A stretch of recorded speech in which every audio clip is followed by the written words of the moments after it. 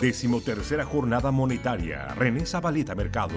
Regulación, desregulación del sistema financiero internacional. Señor Vicepresidente del Directorio del Banco Central de Bolivia, señores directores, distinguidos invitados, doña Alicia Girón, don Guillermo Celso, don Alberto Romero, don Manuel Monteagudo, querido director Luis Buduán, señores gerentes del Banco Central, un saludo especial al doctor Carlos Guzmán Córdoba, maestro en la Universidad Gabriel René Moreno, y fue quien introdujo la enseñanza del cuarto nivel en Bolivia allá por los años 80. Saludo a toda la concurrencia, a los jóvenes estudiantes, a los maestros, los investigadores, al señor gerente general de Asoban, don Luis Antonio de Rosmini, y a todos los invitados. Quiero comenzar estas palabras agradeciendo la hospitalidad de la ciudad de Santa Cruz y del pueblo cruceño. La hospitalidad ha sido la tradición histórica del pueblo cruceño. Por eso le agradecemos por acogernos en esta primera oportunidad que tiene el Banco Central de realizar la jornada monetaria fuera de La Paz. Hasta ahora, las 12 oportunidades en las que llevamos adelante este acontecimiento intelectual tuvieron por sede la ciudad de La Paz. Hoy iniciamos y estamos seguros que será una experiencia exitosa por la participación, por el interés, por la repercusión que tenga el conocimiento de la política monetaria y de las actividades del Banco Central en el conjunto de nuestra colectividad. La jornada es parte del aniversario, de los festejos del aniversario del Banco Central. Cumplimos en este mes de julio 91 años de vida. En una institución fundada en julio de 1928 a partir de lo que era el Banco de la Nación Boliviana, que a su vez fue fundado en 1911 y que fue adquiriendo poco a poco las funciones de banca central que finalmente se plasmaron en esa institución que ha sabido cumplir con eficacia las funciones de banca central moderna desde 1928. Es una institución sólida que trabaja con alto sentido de responsabilidad profesional y nacional, con una elevada conciencia social en el desempeño de sus funciones. Goza del respeto de la ciudadanía y su palabra es escuchada, porque es una palabra seria, fundamentada, que dice la verdad sobre lo que ocurre, no solamente en la esfera monetaria y financiera, sino en el conjunto de variables del sector externo y otras sobre las que tiene el carácter de fuente primaria. El Banco Central, a través de la jornada monetaria, destaca su función principal. Destaca el papel de la política monetaria en el conjunto del país. Política monetaria que ha sido ejecutada por encargo de la Constitución Política del Estado con eficacia y eficiencia. Y a su vez permite dar relieve a lo que hace el Banco Central, a lo que hace esa comunidad de trabajo técnico, trabajo intelectual, que cumple, repito, con empeño, con seriedad, la responsabilidad social que el pueblo le asigna. En este sentido, debo destacar que la Constitución Política del Estado le asigna al Banco Central la función de mantener el poder adquisitivo de la moneda boliviana, el poder de compra de nuestra moneda, controlando las variables que influyen sobre la inflación, es decir, sobre el alza de precios. Y aquí debo reiterar lo que la prensa ya lo ha difundido, que hemos cerrado el semestre con una tasa de inflación acumulada en este año 2019 de 0,81%, una de las más bajas, la segunda más baja en América del Sur. La primera es la del Ecuador, que tiene una economía dolarizada. Y la tasa interanual es de 1,71. Estamos, por lo tanto, debajo de la meta, de la tasa meta que se había establecido el Banco Central, de acuerdo con el programa fiscal financiero firmado con el señor ministro de Economía y Finanzas Públicas al comenzar el año. En aquella oportunidad se definió como tasa meta el 4%, dentro de una franja que va del 3 al 5%. Ahora estamos por debajo del rango inferior en la previsión, 1,71 interanual, y esperamos cerrar el año con una inflación cercana, pero por debajo de la tasa inferior de la franja. Esto significa que el poder de compra de nuestra moneda se mantiene. Y se mantiene también porque hemos logrado un alto nivel de recuperación de las funciones monetarias. Hemos logrado desdolarizar la economía, bolivianizar nuestra moneda, en el sentido de que las funciones de medio de cambio, depósito de valor, unidad de cuenta y otras que desempeña la unidad monetaria en todo país, ahora son cumplidas por nuestra moneda. En el año 2006, aproximadamente un 16% de los créditos estaba en moneda nacional. El resto era en moneda extranjera, o sea, 84%, 85% en moneda extranjera, en dólares. Y lo mismo el ahorro estaba por debajo del 5% en el sistema financiero. Ahora estamos con el 85% de ahorro en el sistema financiero en moneda boliviana. Y el 99% aproximadamente de los créditos del sistema financiero se hacen en moneda nacional. La gente confía en su moneda. Y eso mismo quiere decir que hemos logrado recuperar la soberanía monetaria. Soberanía que consiste en definir por cuenta propia las grandes líneas de la política monetaria y financiera. Nosotros definimos las acciones de la política monetaria en la utilización de los distintos instrumentos. Antes no podíamos hacerlo, porque la moneda que predominaba era el dólar y por lo tanto la capacidad de acción de las autoridades monetarias era sumamente reducida y no había una política monetaria propia. Ella se hacía de acuerdo con lineamientos establecidos en las famosas cartas de intenciones o en los memorándum de entendimiento firmados con el Fondo Monetario Internacional. Ahora, a través del programa fiscal financiero que suscribimos con el Ministerio de Economía y Finanzas Públicas, definimos los lineamientos anuales de nuestra política a partir de las necesidades, de las exigencias y de las metas que nos planteamos.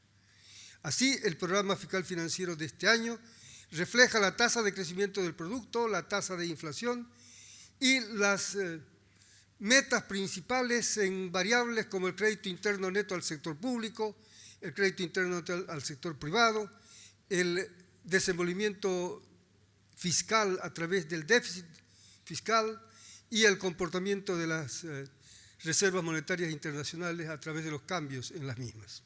O sea, definimos nuestro programa fiscal financiero en una tarea de coordinación y complementación de políticas. De esta manera, la coordinación no es solo una mención de texto universitario. La coordinación fiscal financiera, fiscal monetaria, es una realidad de nuestro país en esos programas. Esto pues muestra que la coordinación entre la política fiscal y la política monetaria permiten alcanzar metas importantes cuando se unen las tareas fiscales del gasto público y la tributación con las variables monetarias y el comportamiento del tipo de cambio. En cada jornada, el Banco Central rinde homenaje a alguna personalidad intelectual que hubiera aportado al conocimiento de la realidad boliviana o latinoamericana. En esta oportunidad, como se ha mencionado y se destaca, rendimos homenaje a un pensador boliviano, a don René Zavaleta Mercado, uno de los intelectuales más profundos que tuvo el país en el siglo XX. Nos alegra saber, por ejemplo, que su pensamiento sigue siendo analizado en universidades del exterior y en universidades del país. Aquí, en nuestra Universidad Gabriel René Moreno, en la Facultad de Ciencias Políticas, se analizan los planteamientos de René Zavaleta Mercado.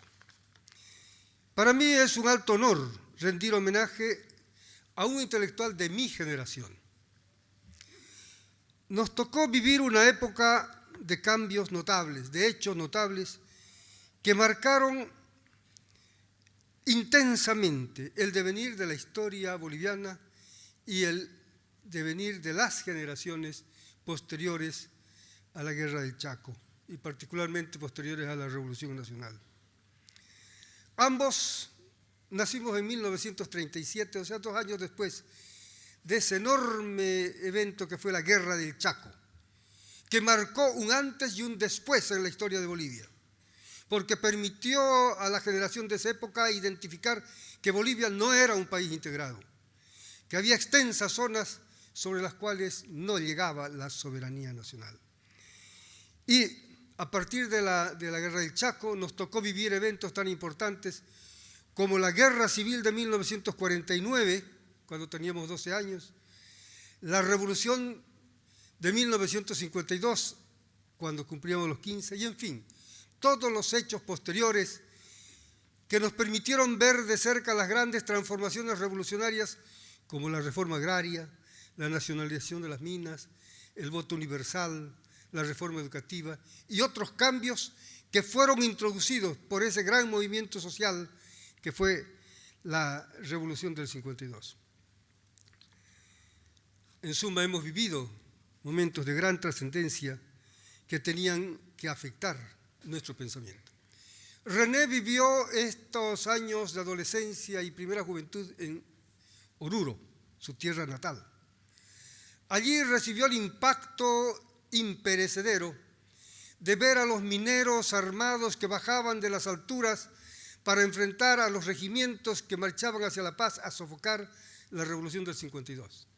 Y fue el pueblo de Oruro, con los mineros a la cabeza, los que contuvieron a los regimientos de Chayapata y otros lugares que marchaban, repito, a sofocar esa revolución del 52, de abril del 52.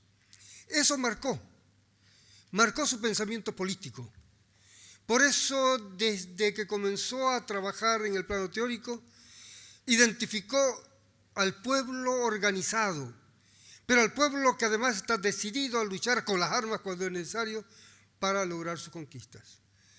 Ustedes, cuando lean la obra que está ahora publicada en 3 tomos por plural, van a ver que uno de los personajes es el pueblo armado y particularmente la remembranza que tiene de esa época cuando los orureños pudieron contener a los regimientos que iban a La Paz.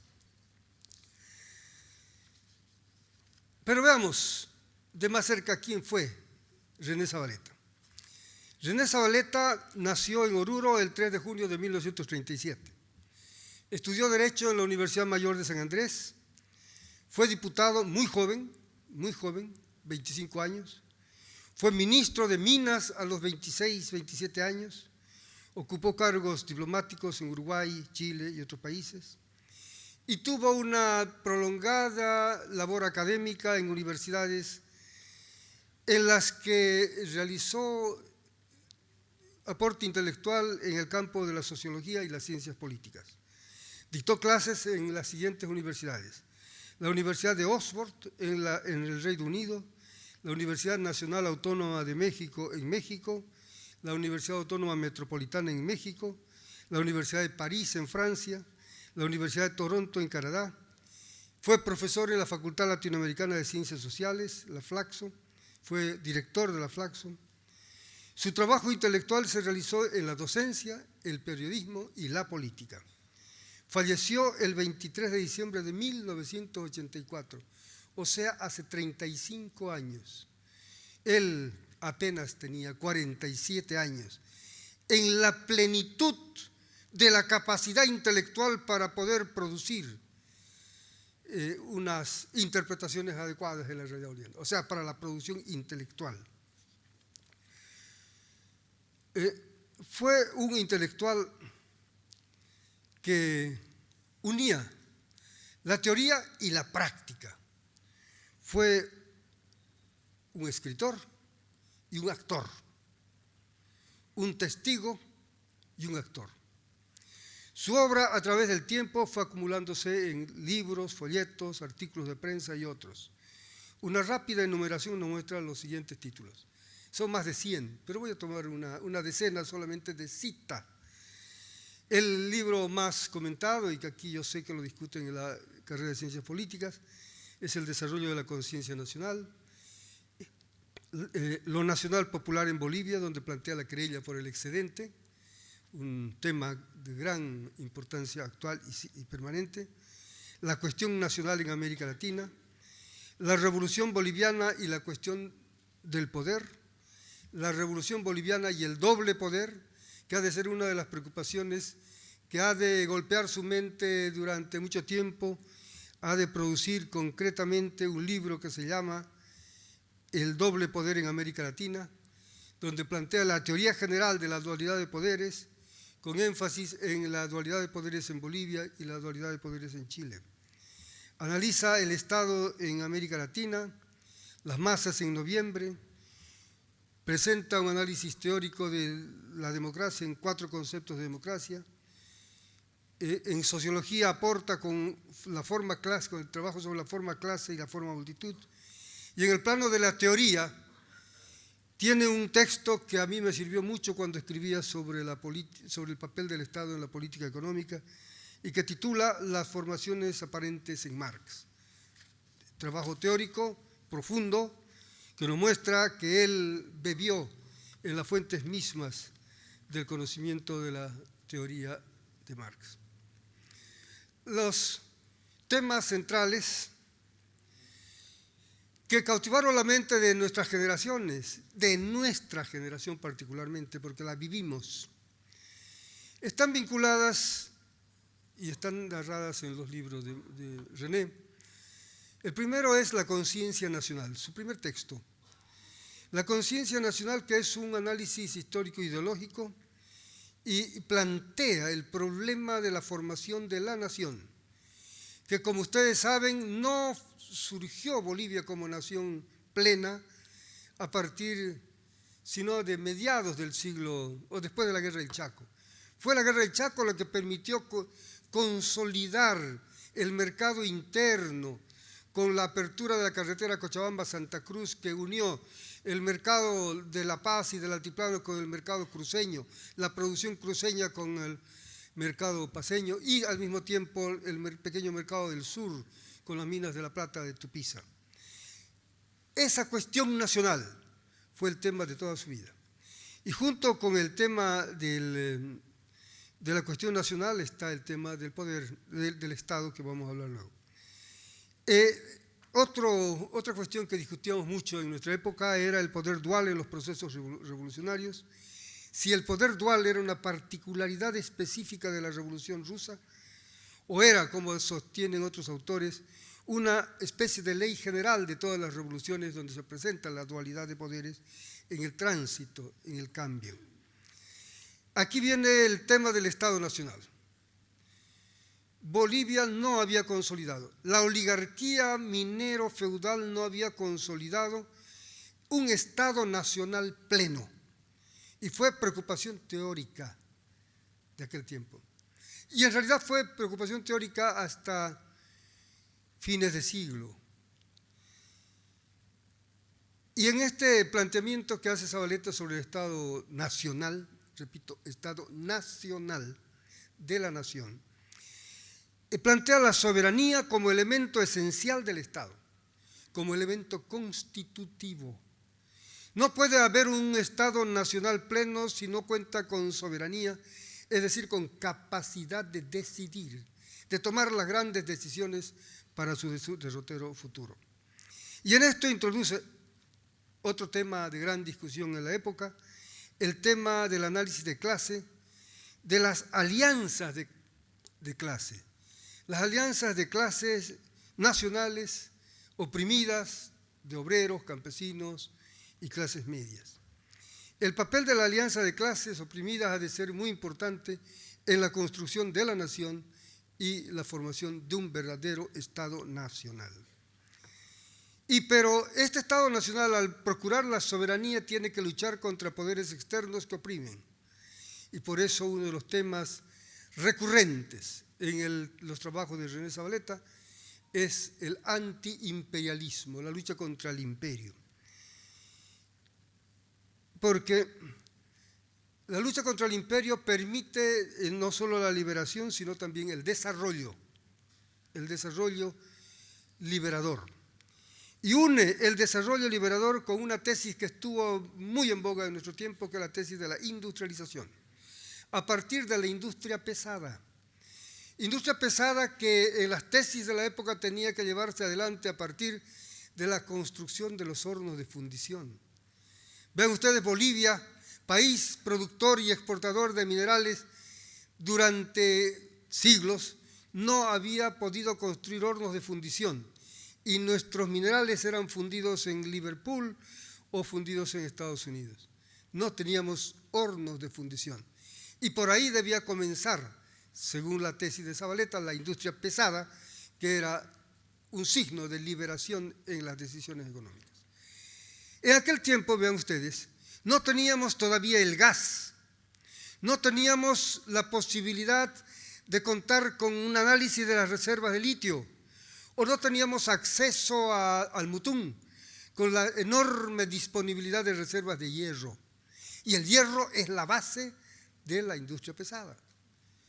País que no produce su propio acero difícilmente va a poder construir máquinas, y menos máquinas para hacer máquinas. Entonces, iba por el tema de la industrialización pesada y esa fue la línea. Luego plantea el tema de la guerra del Chaco y la formación de la conciencia nacional. Y una de las cuestiones que seguramente todos los que estudiamos ciencias sociales y particularmente economía vemos, que es el de la formación social boliviana a la que califica como formación social abigarrada. Esta ha de ser una categoría que introduce Zavaleta en sus trabajos y que forma parte del arsenal ideológico de los muchachos, de los jóvenes y de los docentes e intelectuales que estudian la sociología en Bolivia. El abigarramiento, tanto del Estado como de la formación social. Estas son algunas de las ideas. La desaparición temprana de René Zavaleta nos impidió contar con otros aportes. Él murió el 84. No había visto la experiencia que el país tuvo que sufrir del 85 hasta el 2005 con el neoliberalismo. Él fue un teórico del Estado del 52, del Estado nacionalista revolucionario con alta intervención, constructor de la unidad nacional a través de la integración, la diversificación productiva, el desarrollo regional equilibrado, la autosuficiencia alimentaria, en fin, tantas medidas necesarias para formar una nación. Él teorizó sobre el Estado del 52. Y justamente el Estado del 52 concluye con la instauración del Estado neoliberal en agosto del año 85. Él no pudo vivir esa época para contrarrestar con su esfuerzo teórico lo que estaba pasando en el país con ese modelo. Tampoco pudo acompañar este proceso de cambio, esta transición que está viviendo el país. Estamos en este momento con una economía, un Estado y una sociedad en transición, que requiere un esfuerzo teórico grande para comprender lo que es la economía plural, comprender lo que es el Estado plurinacional. Nosotros, los del siglo pasado, los que investigamos en el siglo pasado el Estado Nacional, llegamos al Estado Nacional, pero todavía no hay una teoría del Estado plurinacional que estamos construyendo y que es la realidad para el futuro, no solamente para Bolivia, es una realidad que se va a dar en todo el mundo, la plurinacionalidad, porque todos somos diversos. Esto no pudo, no tenemos ahora el gran aporte de este teórico profundo que fue René Zavaleta. Para finalizar, queremos poner de relieve la necesidad de revalorizar el aporte intelectual del doctor Zavaleta en la interpretación actual de la realidad boliviana. La importancia de su obra intelectual en la formulación y ejecución de políticas económicas es trascendente. No se puede entender la política económica sin comprender la ciencia política y la sociología, porque la economía es una ciencia social. Y la política económica, como todos sabemos, es la aplicación del poder en el campo de la producción. Es la aplicación del poder en el campo de la producción y la distribución. Esa es la política económica. Y dentro de ello, la política monetaria, obviamente, como parte de la política económica general, cumple su papel. Por eso, estudiar a Zavaleta significa ver la relación entre la economía, la sociología y la política. Hoy rendimos homenaje, el Banco Central rinde homenaje a este intelectual a través de su obra y en esta jornada monetaria que tiene como tema central la regulación y la desregulación en nuestros países. Muchas gracias. Banco Central de Bolivia contribuye al desarrollo económico y social del país.